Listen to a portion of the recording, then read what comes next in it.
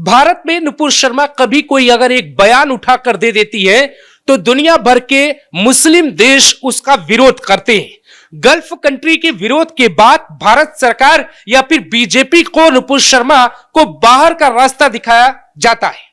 यह प्रश्न आपके दिमाग में हमेशा चल रहा होगा कि इजराइल के पास ऐसी कौन सी ताकत है जिसके दम पे वो पूरे मुस्लिम देशों से एक साथ लोहा ले रहा है।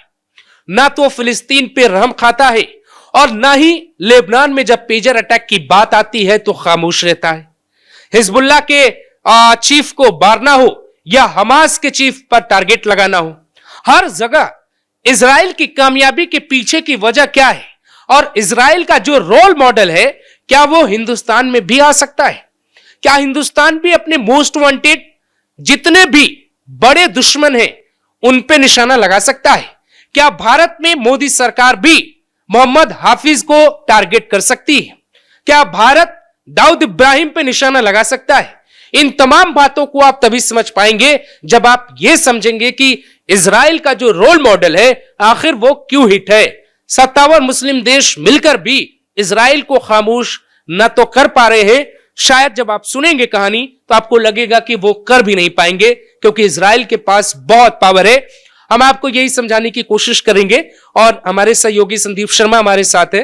अब मैं आपसे यही जानना चाहूंगा, पहला प्रश्न यही है मेरा कि जो इजराइल है उसके पास ऐसा क्या है कि वो कहीं डरता नहीं है? ना लेबनान में डर रहा है, ना हमास को जब टारगेट करता है तब डरता है, हिजबुल्लाह को टारगेट करता है तब भी नहीं डरता है और बहुत खुश है। वहां के लोग बहुत खुश है, उनको किसी भी चीज की कोई दिक्कत नहीं है। ऐसा क्या है इजराइल के पास? देखिए अभिषेक, हमारे यहाँ कहा जाता है वीर भोगे वसुंधरा, है ना। जो वीर होगा वही वसुंधरा का भोग करेगा। तो इजराइल ये नहीं कर रहा है कि वो अपनी हद से आगे जाके या हद बढ़ाने के लिए या अपने साम्राज्य को बढ़ाने के लिए वो अटैक नहीं कर रहा है। इस बात को समझना पड़ेगा, सबसे बड़ी बात। और वो अपने धर्म, जो ज्यूज हैं, वो अपने धर्म को लेके, अपने संप्रदाय को लेके, संस्कृति को लेके बहुत सजग हैं और उसको लेके वो, उनका पॉपुलेशन बहुत कम है, पता है आपको, बहुत ही कम पॉपुलेशन है। और अगर वो जानते हैं कि अगर हम खुद एक होके अगर हम लड़ाई नहीं लड़े तो हमारी कोई हेल्प करने वाला नहीं है। तो उनको खुद लड़ना है, खुद को बचाए रखने के लिए, खुद के अस्तित्व की लड़ाई है। देखिए सबसे, इजराइल में जो कहीं भी रहे, किसी भी कंट्री में रहे, तो वहां के लोगों को जो है नागरिकता इजराइल दे ही देता है। बिल्कुल, वो जहां भी ज्यूज जहां भी हैं उनको, क्योंकि देखिए बहुत कम है, संख्या बहुत कम है। और अगर ऐसी स्थिति में वो एक होके नहीं लड़ेंगे, एक होके नहीं रहेंगे तो उनके अस्तित्व का संकट है। ये लड़ाई सिर्फ आप ऐसे मत देखिए कि लड़ाई कोई, मैं बार बार ये कह रहा हूँ कि साम्राज्य फैलाने की लड़ाई नहीं है। इजराइल कोई ऐसा नहीं है कि किसी पे कब्जा करने की नीति से लड़ाई लड़ रहा है। ये लड़ाई नहीं है। इस लड़ाई को, जैसे अभी कुछ लोग ये कह रहे हैं कि भाई हिजबुल्लाह पे वो अटैक कर रहा है क्योंकि हिजबुल्लाह जो है वो फिलिस्तीन का समर्थन करता है इसलिए वो इजराइल दुश्मन हो गया है। सिर्फ ये कहानी नहीं, इसके पीछे की कहानी आपको एकदम अलग दिखेगी। लेबनान, अभी जो लेबनान पे अटैक कर रहा है इजराइल, लेबनान 1970 तक, पता है 1970 तक लेबनान एक क्रिश्चियन कंट्री था, क्रिश्चियन बहुल देश, ईसाई बहुल देश था वो, पता है आपको। 75 से लेके 80-85 तक वहाँ पे बहुत बड़ा गृहयुद्ध हुआ। वहाँ पे 70 से पहले, मतलब आपको 1920 तक की अगर बात करेंगे आप, तो वहाँ पे 75 to 80% पॉपुलेशन ईसाइयों की थी उस कंट्री में। 70 से पहले तक वो ईसाई देश था। उस देश को, वो फाइनेंशियली बहुत स्ट्रॉन्ग देश था, बहुत मजबूत था लेबनान।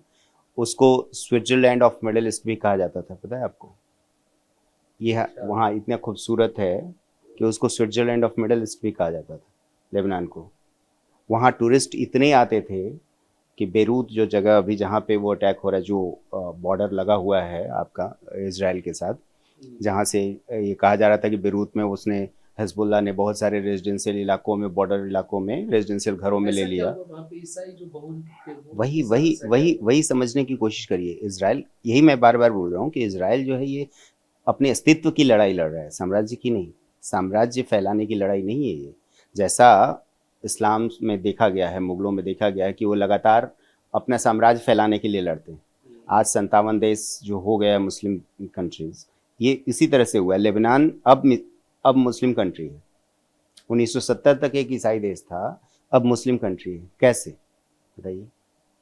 जहाँ भी यही डर है, यही इजराइल को डर है कि जहाँ भी, क्योंकि वहाँ बहुत रिसर्च करते हैं, उनका बयान भी है, वहाँ के रिसर्च जो एक्सपर्ट्स जो हैं वो इस बात को कहते हैं कि जहाँ भी ये घुसते हैं और इनकी इस्लाम जाता है, वहाँ के कल्चर और वहाँ के धर्म को ख़त्म कर देता है, और इस हद तक ख़त्म कर देता है कि उसका कोई आपको एक सबूत भी नहीं मिलेगा। सूरत में जो घटना हुई थी पत्थरबाजी वाली, तो आपने देखा होगा कि जब उस पर रिपोर्ट्स आई, मीडिया रिपोर्ट्स आई, पुलिस रिपोर्ट्स आई, उसमें भी मैंने देखा कि वहां पे जो है ईसाई बहुल संख्या में थे। बिल्कुल, हाँ, वो जो जगह थी, हाँ, जहाँ गणेश पूजा में के दौरान जो पत्थरबाजी हुई, उस जगह पे भी ईसाई कभी की बहुत ज्यादा थे। आज मुस्लिम बहुल इलाका हो गया। तो आप डेमोग्राफिक चेंज देखिए, और ये डर बहुत बड़ा है इजराइल का।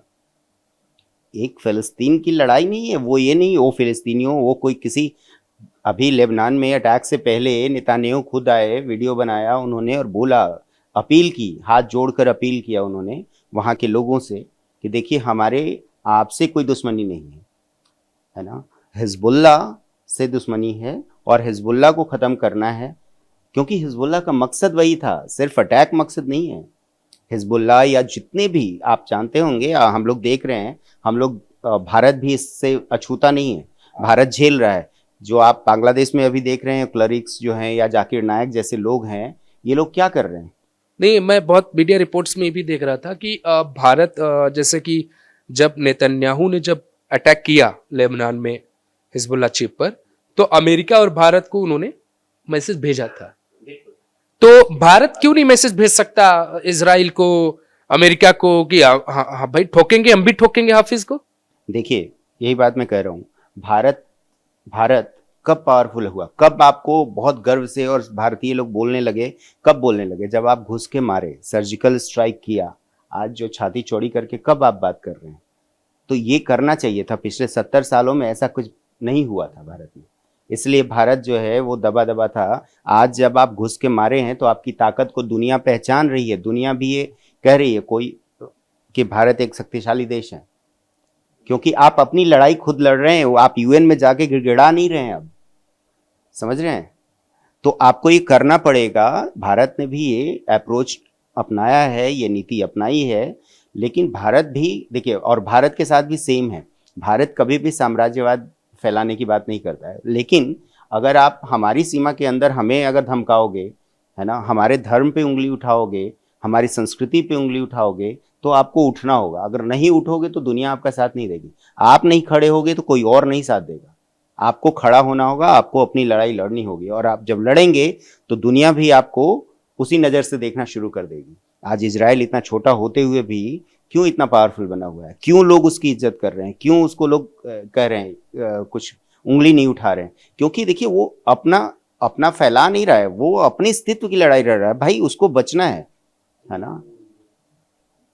अभी मैं वही बता रहा था कि देखिए लेबनान कैसे नहीं वहां पे ध्यान रखा, लोग नहीं जागे, तो क्या हुआ? 1975 से 80 के बीच में वहां पे 70 तक पॉपुलेशन 40% हो गया वहां पे मुस्लिम्स का, और 75 से 80-85 तक वहां गृह युद्ध फैल गया। और उसके बाद क्या हुआ? उस गृह युद्ध में देखिए 1 लाख से ज्यादा ईसाइयों का कत्लेआम हुआ था। 10 लाख ईसाई वहां से छोड़ के चले गए। और उसके बाद अभी क्या स्थिति है वहां पे? अभी मात्र 15% ईसाई है लेबनान में, और वो मुस्लिम देश हो चुका है। ये कहानी सिर्फ लेबनान की नहीं है। आपको तुर्की जो है वो भी एक कभी ईसाई देश हुआ करता था। तो भारत आज हिंदू बहुल है, भारत हिंदू बहुल है। डेमोग्राफी बदल रही है, झारखंड में बदली, शिमला में बदली, यूपी में बदली, 300 गांवों में, महाराष्ट्र में बदली, बहुत एग्जाम्पल है। अब लोकसभा में आके आपके सांसद खुद बता रहे हैं इस बात को, ऑन रिकॉर्ड बता रहे हैं कि कैसे डेमोग्राफिक चेंज हो रही है। आपके सीएम खुद ये बोल रहे हैं कि ये जीने और मरने का हालत है। अगर 2047 तक ये हाल अगर नहीं हम लोग सुधरे तो आसाम जो है वो मुस्लिम वो हो जाएगा।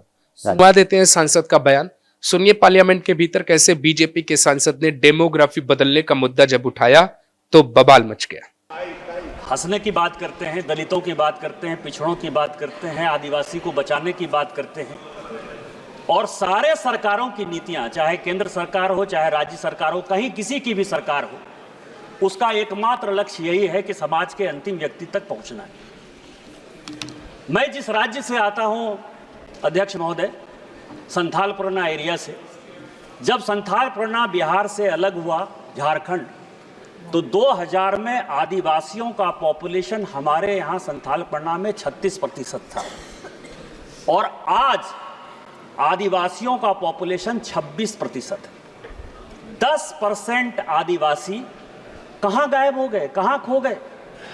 इसके बारे में कभी भी ये सदन चिंता की बात नहीं करता है, वो वोट बैंक की पॉलिटिक्स करता है। बिल्कुल। और ये बवाल देखिए, ये बवाल सिर्फ वहाँ तक सीमित नहीं है ना, झारखंड तक सीमित नहीं है। जैसा आप एग्जांपल अभी दे रहे थे, हम लोगों ने सूरत का वो एग्जांपल दिया जहाँ ईसाई थे, वहाँ दिया। महाराष्ट्र में बदल रहा है, बाकी जगहों में बदल रहा है।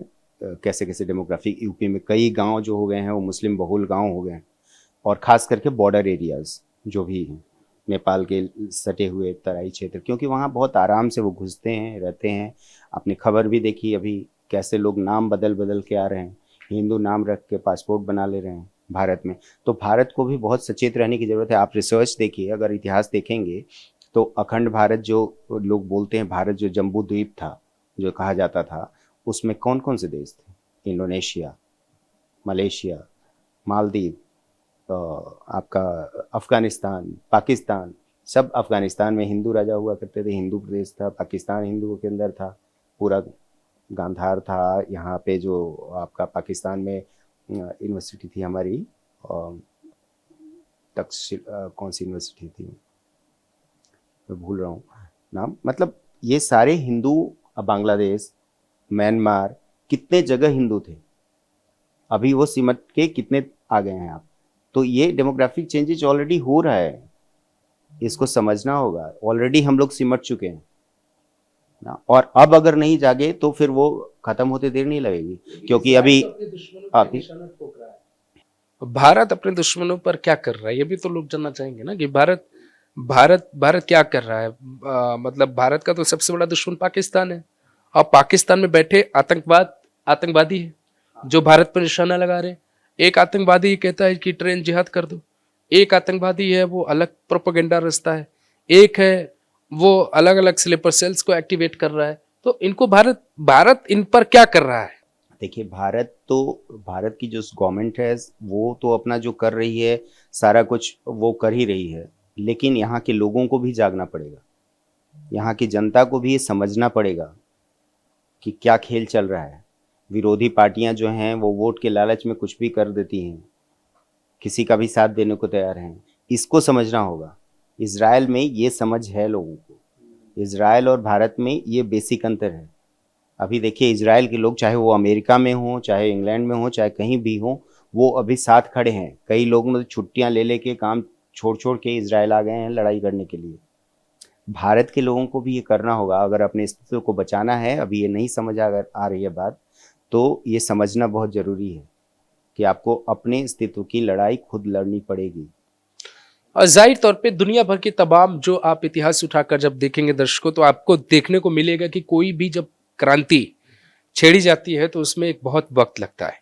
भारत की आज़ादी में आपने पढ़ा कि 1857 की क्रांति का क्या रोल रहा, क्या भूमिका रही, और उसके बाद तकरीबन 90 साल बाद भारत को आज़ादी मिली और तरह तरह के आंदोलन और तमाम प्रयोग किए गए। इजराइल जो आज कुछ कर रहा है उसकी जो स्थापना वो बहुत पहले कर दी गई। रशिया जो आज पावरफुल है उसकी स्थापना बहुत पहले कर दी गई। जैसे इजराइल में हर व्यक्ति को सेना में नौकरी करना, डिफेंस में जाना है। आज भारत में जो अग्निवीर योजना लेकर आई गई, सरकार लेकर आई, उसके पीछे एक मोटिव ये भी था कि ज्यादा से ज्यादा लोग आर्मी से जुड़े, आर्मी के अनुशासन से जुड़े, और जिस सुदर्शन का जिक्र योगी आदित्यनाथ पॉलिटिकल बयान के तौर पे दे रहे थे, उसी सुदर्शन चक्र की तरीके का एक प्रयोग अग्निवीर योजना है कि अगर लोग आएंगे तो जाहिर तौर पे वो बहुत हेल्दी फिट होंगे। दूसरा, सैन्य सेना के तौर तरीकों को समझ पाएंगे, हथियार चलाना जान पाएंगे। ऐसे किसी विषम स्थिति में मान लेते हैं कि पीओके में कभी इस तरीके की स्थिति हुई तो आप सब जानते हैं कि जब करगिल में जब युद्ध हुआ, करगिल की जो लड़ाई हुई, उसमें पाकिस्तान को मारने के लिए बहुत सारे ऐसे लोग थे जो ये कह रहे थे कि मैं बॉर्डर पे जाने को तैयार हूं, लेकिन अगर मान लेते जरूरत पड़ती भी तो आप जा नहीं पाते क्योंकि आपकी ट्रेनिंग नहीं हुई होती। तो ये जो इजराइल जो आज आपको पावरफुल दिख रहा है दर्शकों, उसकी बहुत पुरानी कहानी है और इजराइल ने अपने लोगों को जोड़ कर रखा है। जैसे बांग्लादेश में जब हिंदुओं को मारा गया तो राहुल गांधी ने कोई बयान नहीं दिया है, योगी आदित्यनाथ ने कहा बटेंगे तो कटेंगे, नरेंद्र मोदी ने अपने ट्विटर पे लिखा कि हिंदूज की रक्षा करिए आप, जो नए प्रधानमंत्री बने वहां पे। तो ये बताता है कि भारत के जो लोग बिखरे हुए हैं, कहीं पाकिस्तान में कुछ हिस्सा है, बांग्लादेश में कुछ हिस्सा है, या और भी देशों में जो है जिन्हें अप्रवासी भारतीय कहा जाता है। जब प्रधानमंत्री नरेंद्र मोदी जब गए अमेरिका में तो उन्होंने उस हॉल में एक बड़ी अच्छी कहानी सुनाई, क्योंकि भारत में भाषा का बहुत बड़ा विवाद है, खासतौर से दक्षिण में। तो नरेंद्र मोदी साहब कहते हैं कि तमिल भी यहीं बैठा है, कन्नड़ भी यहीं बैठा है, मराठी भी यहीं बैठा है, गुजराती भी यहीं बैठा है। वो बात बहुत दमदार मुझे लगी व्यक्तिगत तौर पे, क्योंकि भाषा के आधार पे हिंदुस्तान के अलग अलग टुकड़े राजनीतिक पार्टियां कर रही हैं। बिल्कुल, राजनीति के नाम पे तो देखिए पहले धर्म के नाम पे हो रहा था, अब धर्म से आगे बढ़ गए हैं लोग, भाषा के नाम पे भी करने लगे, जातियों के नाम पे करने लगे।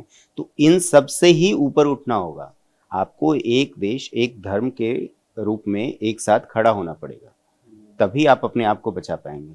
ये सबसे जरूरी। इजराइल की बात आप कर रहे थे, तो इजराइल में क्यों, इजराइल में वहाँ कंपलसरी है, हर बच्चे को जैसे ही 19-20 साल के होते हैं उनको सेना की ट्रेनिंग कंपलसरी है, 1 साल आपको सेना में सेवा देना ही है ना। तो ये भारत में भी ये धीरे धीरे, जैसे अग्निवीर योजना जो है वो बहुत सही एग्जाम्पल था, इसको करना चाहिए, है ना। उसका राजनीतिकरण होता है भारत में। बटेंगे तो कटेंगे, या अगर जो जैसे वोट जिहाद की बात अभी उठाई, फडणवीस ने बताया, आंकड़ा दिया आपको महाराष्ट्र में कि 48 में से 14 सीटों पर ये हुआ है खेल, या कहीं भी बंगाल की चर्चा हो रही, बंगाल में होता है। तो देखिए राजनीति, यहाँ तो राजनीति के नाम पे देश को एक किनारे कर दिया जा रहा है। इस बात को समझना बहुत जरूरी है यहाँ के लोगों को, यहाँ के पॉलिटिशियन को। और ऐसा लग रहा है कि नहीं भारत में ऐसा कुछ नहीं होने वाला है, भारत इनसे दूर है, तो दूर नहीं है, भारत छूता नहीं है। धीरे धीरे ये केसेस आपके सामने आ रहे हैं। जैसे मैंने बताया, जैसे लेबनान पहले ईसाई देश था, अब मुस्लिम हो गया, टर्की जो पहले ईसाई देश था मुस्लिम हो गया, इराक, सीरिया, इजिप्ट, ऐसे कई देश जहाँ पे पहले पॉपुलेशन ईसाइयों की ज़्यादा थी, वो लोग भी यही समझते रहे, शरणार्थी बन के लोग वहाँ घुसते रहे, और वो धीरे धीरे फिर स्थिति आज आपके सामने है कि क्या हो गया है। तो भारत इससे अछूता नहीं रहने वाला है, आपको एक साथ खड़ा होना पड़ेगा, एक साथ आना पड़ेगा। शुरुआत भारत में भी हो चुकी है। आसाम के मुख्यमंत्री हिमंता बिस्वा शर्मा ने खुले तौर पे ऐलान कर दिया है, और वहां पे जो डिटेंशन सेंटर खोले जा रहे हैं बड़े तेजी से, वो अपना इलाज वहां पे शुरू कर दिया उन्होंने, मुख्यमंत्री साहब ने। और लगभग पूरे देश में इसकी शुरुआत हो चुकी है। बीजेपी पर एक बहुत बड़ा दबाव है, 370 का फैसला जैसे लागू हुआ, वैसे ही बीजेपी के ऊपर इस बात का भी दबाव है कि यूसीसी और जनसंख्या नियंत्रण कानून बीजेपी लेकर आए। हद तक इन तमाम मसलों का हल निकल सकता है, लेकिन डेमोग्राफी जो बदलने की जो विचारधारा है, जैसे चीन की जो विस्तारवादी नीति है, ठीक उसी तरीके से डेमोग्राफी बदलने की नीति है। लोग कहां से झारखंड के संताल में आकर बसे, शिमला की वो जो मस्जिद का विवाद था वो कहां से आए लोग, ऐसे तमाम बहुत से प्रकरण है। राय सोमनाथ के किनारे देखिए 1.5 किलोमीटर के रेंज में मंदिर क्षेत्र की जमीन पे कब्जा, और जब बुलडोजर चला तो हाहाकार। रायबरेली में देखिए हजारों की संख्या में फेक आधार कार्ड मिले, बहुत ऐसे केसेस है। वक्फ बोर्ड पे बहुत सारा खेला है। तो ये तमाम बातें जो है सरकार धीरे धीरे कर रही है। जो मेरा शुरू में प्रश्न आपसे था कि भारत अपने जो है मोस्ट वांटेड आतंकवादियों को कब टारगेट करेगा, उसमें जो है भारत अपनी स्थितियों को पहले सुधार रहा है, मुझे जो लग रहा है। बिल्कुल, पहले खुद का बेस जो है वो बेस मजबूत कर रहा है और वो तमाम चुनौतियां कर रहा है। लेकिन दोस्तों आप ये बताइए जरूर कि क्या भारत में राष्ट्र हित के मुद्दे पर भी बहुत सी राजनीतिक पार्टियां धर्मनीति की बात करती, जरूर बताइएगा। और वो पार्टी कौन है, उनका नाम भी लिखिएगा, जिनके लिए राष्ट्र नीति, राष्ट्र की सिक्योरिटी, राष्ट्र की सेफ्टी से ज्यादा जरूरी है एक खास वर्ग का वोट।